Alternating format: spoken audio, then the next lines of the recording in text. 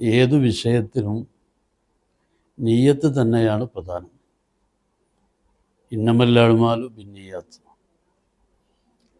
ആ പരിശുദ്ധമായ നിയ്യത്ത് നഷ്ടപ്പെട്ടാൽ നമ്മുടെ ഓരോ പ്രവർത്തനങ്ങളും വെറുതെയായി തീരുകയാണ്. വിശുദ്ധ റമദാനിലൊക്കെ ധാരാളം സൽക്കർമ്മങ്ങൾ ചെയ്യുന്നവരാണ്. നന്മ നിറഞ്ഞ പ്രവർത്തനങ്ങൾക്ക് ഏറ്റവും നല്ല കാലം എന്ന നിലക്ക് റമദാനു ഷരീഫിൽ നാം നിർവഹിച്ചു കൊണ്ടിരിക്കുന്ന എല്ലാ സുഹൃത്തുക്കളും, പ്രത്യേകിച്ച് ദാനധർമ്മം അടക്കം, നമുക്ക് നഷ്ടപ്പെടാതിരിക്കുന്നതിന് വേണ്ടി അള്ളാഹുവിൻ്റെ പരിശുദ്ധമായ തൃപ്തി ആഗ്രഹിച്ചുകൊണ്ടുള്ള ഒരു നല്ല നീയത്ത് അതിലൊക്കെ വേണം. ദാനധർമ്മങ്ങളിൽ ഏറ്റവും നല്ല ദാനധർമ്മം അള്ളാഹുവിൻ്റെ നൂറാകുന്ന ഇൽമുമായി ബന്ധപ്പെട്ട വിഷയത്തിലേക്ക് നൽകുന്നതിലാണ്.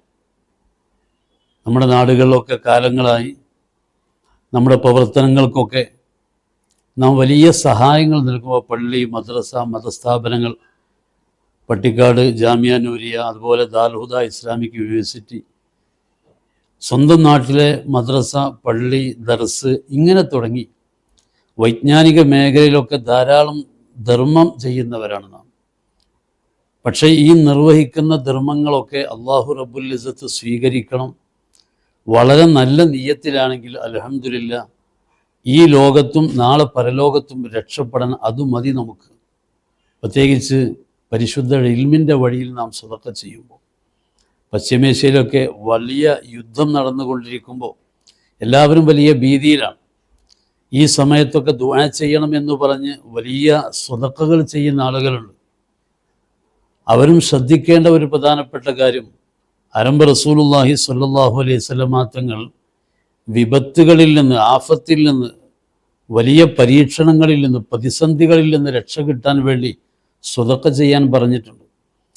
സൂര്യഗ്രഹണം, ചന്ദ്രഗ്രഹണം പോലത്തെ വിപത്തുകൾ വരുമ്പോൾ ആ സമയത്ത് നിങ്ങൾ നിസ്കരിക്കണം എന്ന് പറഞ്ഞ് നബി സല്ലല്ലാഹു അലൈഹി വസല്ലം തങ്ങൾ സ്വതക്ക ചെയ്യാൻ പറഞ്ഞത് പ്രത്യേകമായി മഹാന്മാരൊക്കെ എടുത്തു ധരിച്ചിട്ടുണ്ട്.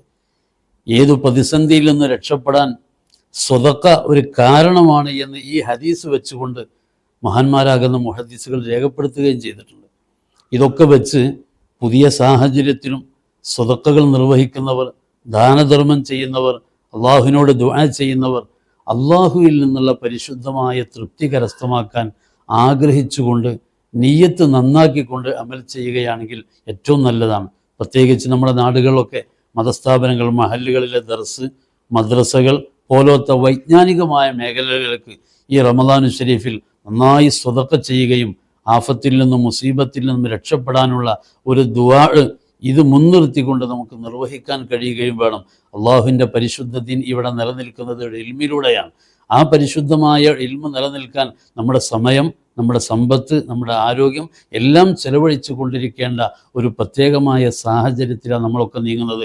എല്ലാവർക്കും ആലിമാവാൻ കഴിയില്ല, പക്ഷേ ഇൽമിനെ സ്നേഹിക്കാൻ, ആ ഇൽമുമായി ബന്ധപ്പെട്ട പ്രവർത്തനങ്ങളോട് സഹകരിക്കാനൊക്കെ കഴിയും. ഒരു വർഷത്തെ നമ്മുടെ മദ്രസയുടെ പ്രവർത്തനങ്ങളൊക്കെ മുന്നോട്ട് പോകുന്നതിൽ ഈ റമദാനു ഷരീഫിൽ ജനങ്ങളൊക്കെ അകമണിഞ്ഞു നൽകുന്ന സദഖകൾ, സഹായങ്ങൾ, സംഭാവനകൾ കാരണമായി തീരാറുണ്ട്. അതുകൊണ്ട് പള്ളികൾക്കും മദ്രസകൾക്കും ദർസുകൾക്കും, പ്രത്യേകിച്ച് ദീന് പഠിക്കുന്ന മുത്തഅല്ലിമീങ്ങളടക്കമുള്ള ആളുകൾക്കൊക്കെ മനസ്സറിഞ്ഞുകൊണ്ട് നല്ല ധർമ്മം ചെയ്ത് സ്വതക്ക ചെയ്തുകൊണ്ട് അള്ളാഹുവിനോട് വിപത്തുകളൊക്കെ നീങ്ങാൻ വേണ്ടി പ്രത്യേകമായി ദുആ ചെയ്യുക.